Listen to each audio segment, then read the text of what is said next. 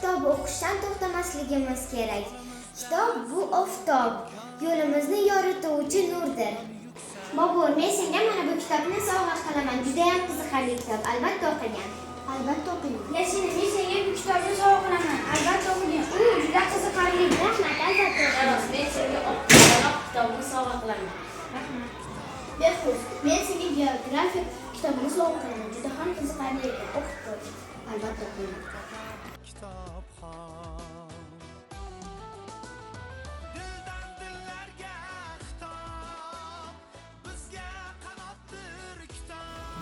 Kitob o'qish uchun joy yoki vaqt muhim emas.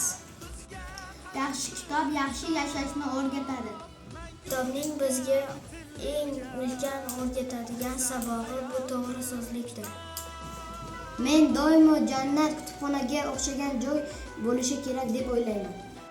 Kitoblarni mehr bilan o'qing. Kitobdek aqlli va sodiq do'st yo'q.